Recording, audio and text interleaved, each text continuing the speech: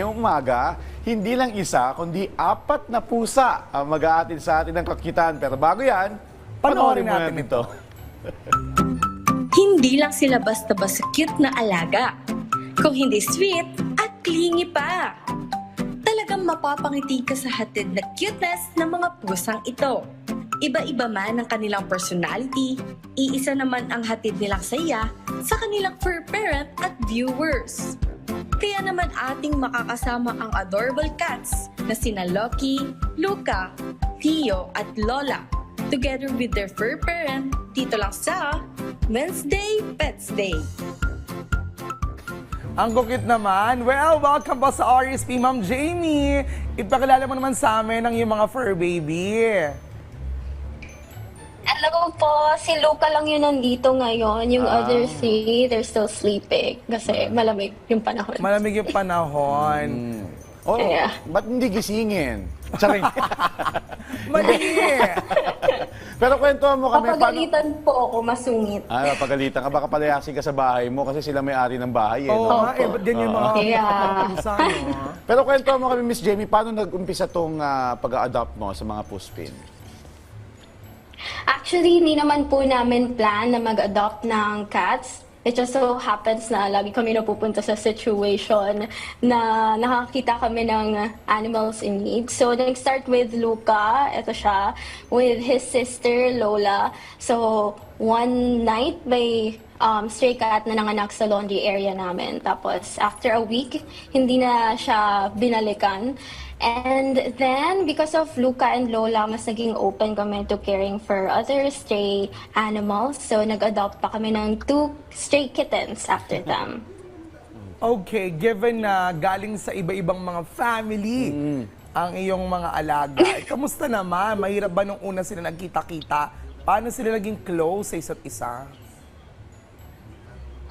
Actually, it depends po sa cat. With Luca, right now, sobrang easygoing yan. Super chill niya as a cat. So, very extroverted and welcoming with other animals. With Lola naman, she's a little bit more protective sa space niya. Kaya, need talaga ng slow introduction. So, at first, sinuswap namin yung scent nila with the kittens and then observation talaga, step by step yung pagkikita nila until after maybe a month or 2, naging okay naman na. Oo, kasi Miss Jamie ngayon sa mga lansangan, may mga kuting may mga kittens talaga na nakakalat. Para maengganyo natin yung mga kababayan natin, yung mga ka-RSP natin na mag-adopt. Paano ba yung tamang pag-aampon ng mga puspin para kasi yung iba matatapang yung mga yung mga kuting Paano? Actually po, it really depends sa kakayahan nyo. So, and sa personality ng animal and also animal sa household nyo. Every time kasi na magbe-bring in kayo ng pet sa house, magbabago yung household dynamics. So, need talaga ng lots of patience. And also for your safety, talagang regular vet check-ups to make sure na protektado ka and also your pets every time you're bringing in a new one. So, before you maybe like buy yung other pets, also consider helping yung animals na in close proximity sa inyo. Okay. I want to know also, since ilang taon or buwan mo na bang kasama yung mga pusa? Yeah. Just to clarify. Yeah, actually si Luca, 5 years old na siya. Aww. We got him ng 1 week old lang sila nung sister niya. Okay. So talagang pinag-aralan namin kung paano sila alagaan as babies na 1 week old pa lang. Hindi na sila binalikan ng mama nila. So bottle feed kami every 3 hours and sinestimulate namin yung pag-pee and pag-dumi nila because hindi pa nila alam. Yung other 2 kittens, mga 2 to 3 months old na sila, so easier yung pag-alaga namin compared to this one. Okay, siguro dahil medyo matagal-tagal na rin sila nagkasama-sama, kamusta naman yung differences Yeah. nila and yung personalities sa mga cats mo? Paano ka nag-a-adjust? Lalo na iba-iba yung personalities ng mga pusa mo for sure. Yeah, that's right. Ito si Luca, very outgoing siya. Yung sister niya naman, yung typical girl cat na depende sa mood. Kung affectionate siya or need niya ng space. Yung isa naman, si Loki, siya yung pinakamalambing, and yung ginger cat namin, si Leo, siya yung pinaka-playful. So, I think it's very easy kung paano mo i-carry yung self mo around cats kasi cats are very expressive.